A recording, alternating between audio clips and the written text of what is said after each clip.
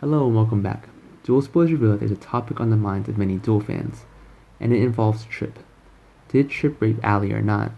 The show did not confirm the response, but we certainly have a serious he said, she said case going on. Allie's convinced that Tripp forced himself on her, but Tripp claims he never slept with Allie at all. So what is the truth? Let's take a look at what the actors in the story said with a reminder of how soaps usually work. For starters, Lindsay Arnold suggested the Edition Days that she thought she knew who the father of Allie's baby was, but she wasn't so sure after the later scripts arrived. This implies that Tripp may not be the right culprit. Lucas Adams confirmed this in a recent interview with SOD.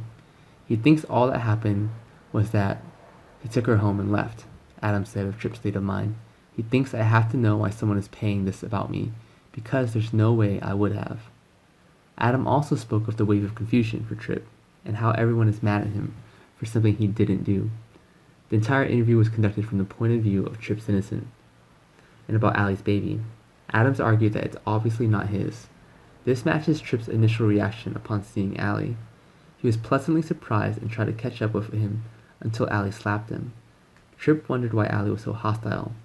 However, Days of Our Lives has taken another angle since Tripp found out Allie was having a baby, and that's the one that makes Tripp guilty. Tripp avoided Steve and seemed to dwell on this whole baby idea. There's practically a flashing neon sign above Tripp's head, indicating how guilty he is. Looks like Steve will be the one of the few people close to being around Tripp, and even Steve will have concerns after Tripp changes parts of his story. So what does all this mean? We will argue that Days wouldn't work so hard to make Tripp guilty if he really was. Evan Frears, aka Christian, was incredibly guilty, but Duel passed him off as the sweet, innocent nanny who cared about David and wanted a future with Sunny. Evans, the good guy, was later revealed to be a bad guy, and not the other way around.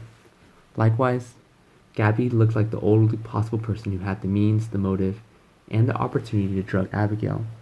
But it wasn't Gabby at all in the end. Viewers now know that it was Gwen who targeted Abby. Soap likes to make you think of one thing and twist it to something else later. Of course, rape is a sensitive issue, but Duel fans has never done a great job of dealing with stories involving non-consensual dating. There's no reason to believe they would start now. The best story would be that Tripp was actually guilty of promoting believing victims, but it doesn't seem like the story Days tells. Instead, it seems like that another man appeared at Allie's apartment after Tripp left, and she just doesn't remember him. Adams insisted that Tripp was generally upset and perplexed as to why he was being accused of this. Naturally, there could be story changes along the way that would turn things around, but Adams and Arnold both seem to think Tripp is clear based on their comments. Thanks for watching, bye, and see you again.